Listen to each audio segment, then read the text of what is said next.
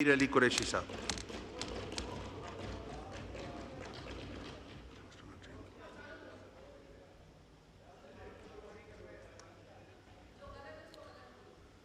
बिस्मिल्लाहिर्रहमानिर्रहीम। शुक्रिया जनाब स्पीकर। जनाब स्पीकर, सबसे पहले तो मैं इसराइली दहशतगर्दी की मजम्मत करना चाहूँगा कि जो वो पहले फ़लस्तीन पर और दीगर मुसलमान ममालिक पर और अब ईरान पर हमलावर हुआ है, हज़ारों निहत्ते और मासूम फ़लस्तीनियों का कत्लेआम और नस्ल कुशी इसराइल ने की, उस पर मुसलमान ममालिक की मुजरिमाना खामोशी और बुज़दिली की वजह से जनाब स्पीकर आज उसको इतनी जुर्रत हुई है कि वो ईरान तक पहुंच गया है और यकीनन उसका अगला निशाना जो है वो पाकिस्तान होगा। हमें अपनी नींद से जागना चाहिए, होश के नाखून लेने चाहिए, तमाम मुसलमान ममालिक को इकट्ठे होना चाहिए और अमेरिका पर दबाव डालना चाहिए कि वो अपने बाउले कुत्ते इसराइल को पट्टा डाले।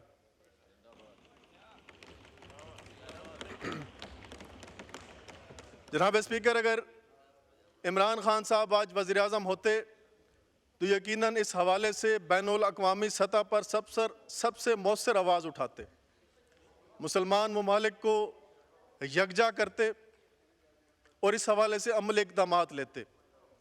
हमें भी फ़लस्तीन और ईरान की मदद के लिए हर मुमकिन इक़दामात करने चाहिए पाकिस्तान को। जनाब स्पीकर, इस रजीम ने ये चौथा बजट पेश किया है। इस बजट को उनके अपने इत्तेहादी मुस्तरद कर रहे हैं, पाकिस्तान के तमाम तबकों ने इसको मुस्तरद किया है। ये दोनों पार्टियां 30 साल पाकिस्तान पर हुक्मरानी कर चुकी हैं। आज इनसे बेहतरी की तवक्को रखना, कोई डफर इनसे बेहतरी की तवक्को रख सकता है? पाकिस्तान के तमाम तर मसाइल और माशी बदहाली की वजह ही यही लोग हैं। जनाब स्पीकर, इमरान खान साहब का दौर, पीटीआई का दौर माशी खुशहाली और तरक्की का दौर था। पाकिस्तान की मईशत रिकॉर्ड 6% की शरह से तरक्की कर रही थी, जिसे ये तजर्बाकार लोग सिफर पे ले आए और इस साल मवेशियों और गधों की तादाद में इजाफा जाहिर करके झूठा ये उसको 2% पे ज़बरदस्ती ले गए हैं फिगर फजिंग करके। लार्ज स्केल मैन्युफैक्चरिंग जो 10% पे थी ये उसको नेगेटिव में ले गए हैं। कारखाने बंद हो रहे हैं, कारोबार बाहर मुंतकिल हो रहे हैं। पाकिस्तान का मजमूई कर्जा जो 75 सालों में 44,000 अरब था, इन 3 सालों में बढ़कर 76,000 अरब पे पहुंच चुका है।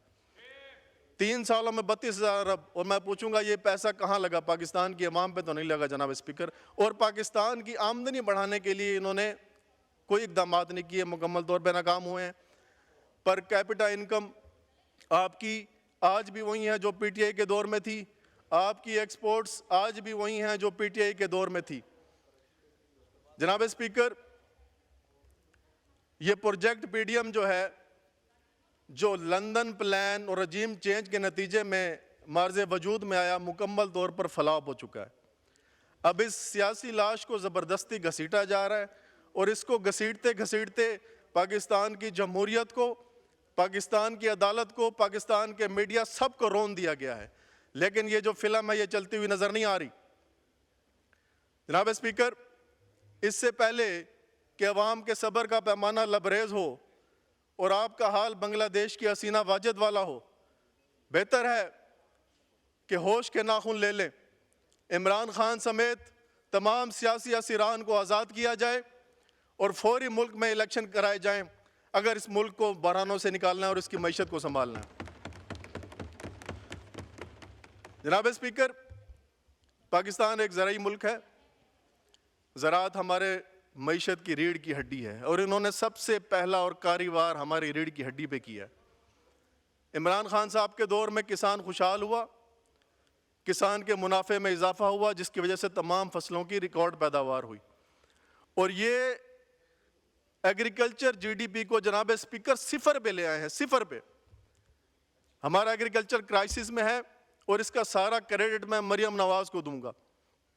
जहां चचा की नाअहली की वजह से 3 सालों में खाद, बिजली और डीजल की कीमतें दुगनी हुई, वहां मरियम नवाज ने गंदम की सपोर्ट प्राइस ही खत्म कर दी और गंदम की कीमत को 4000 से 2000 रुपये ले आई, जिसकी वजह से हमारे किसान को 2200 अरब रुपए का नुकसान हुआ है। जनाब स्पीकर, आज तमाम फसलों की पैदावार में रिकॉर्ड कमी हुई है। कॉटन 30% कम हो गई है, 9% गंदम में कमी आई है, 15% मेज में कमी आई है और ये आने वाले सालों में बुरहान मजीद संगीन हो जाएगा। ये हमारे लिए सिक्योरिटी रिस्क बन चुके हैं ये नाअहल और निकम्मे लोग, और पाकिस्तान को बचाना है तो इनसे छुटकारा हासिल करना होगा। जनाब स्पीकर, ये लोग पिछले दौर में बड़े बड़े दावे किया करते थे कि हम बड़े तजर्बाकार हैं, बड़े मईशत दान हैं और हम आकर महंगाई को जो है वो ख़त्म कर देंगे। इन्होंने महंगाई के ख़िलाफ़ हमारे दौर में तहरीकें निकाली थी और आज इनकी कारकर्दगी चेक करें जनाब स्पीकर के लोग महंगाई से खुदकुशियाँ कर रहे हैं। पिछले 3 सालों में पाकिस्तान की तारीख की सबसे ज़्यादा महंगाई हुई है। औसतन महंगाई की शरह 30 से 40% रही है।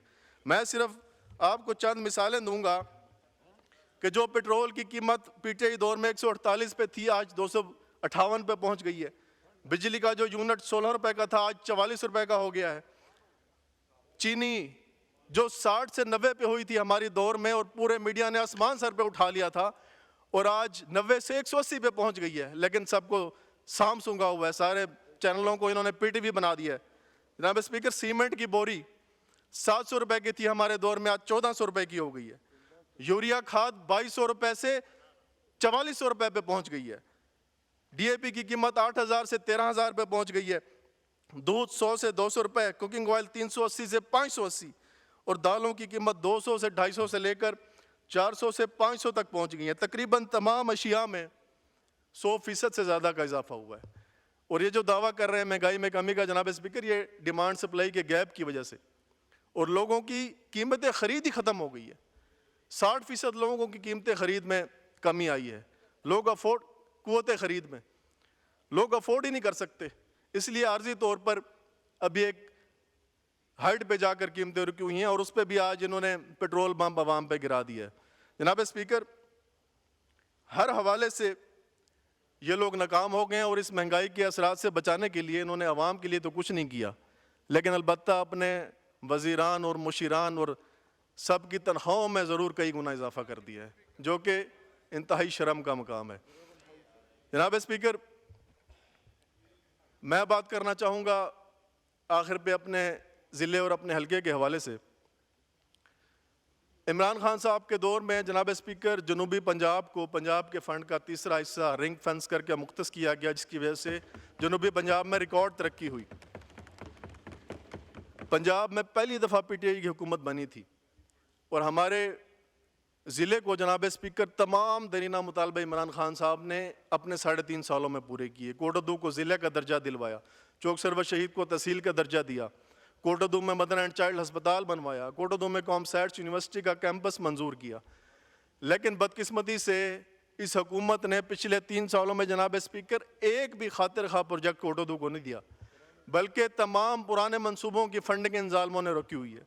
जनाब स्पीकर, मैं मुतालबा करूँगा कि कोटदू को नज़रअंदाज ना किया जाए, वरना आपका जो आने वाले इलेक्शन में जो आपके उम्मीदवार होंगे इंशाल्लाह उनकी ज़मानतें भी जब्त होंगी। इस दफ़ा फार्म 47 भी बनाने की आप में सकत नहीं रहेगी, जाली फार्म 47। जनाब स्पीकर, कोटदू डिस्ट्रिक्ट को फ़ाल करने के लिए, तमाम डिपार्टमेंट्स को कायम करने के लिए इस आने वाले बजट में फ़ंड मुख्तस किया जाएँ।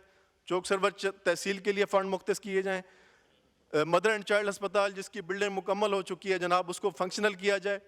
कॉमसैट्स यूनिवर्सिटी जिसकी ज़मीन मुख्तस हो चुकी है उसका तामीराती काम मुकम्मल किया जाए।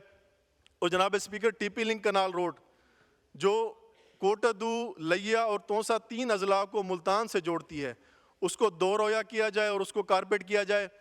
यूसी हंजराई और यूसी एहसानपुर को दरियाई कटाव से बचाने के लिए स्पर बंद का क़याम अमल में लाया जाए और नूरशाह नहर, नूरशाह माइनर का इजरा किया जाए ताकि वहाँ के कई मवाज़ात और चक्कूक को पानी की फराहमी हो सके और हज़ारों एकड़ जो अराजी है वो काबिल काश्त बनाई जा सके।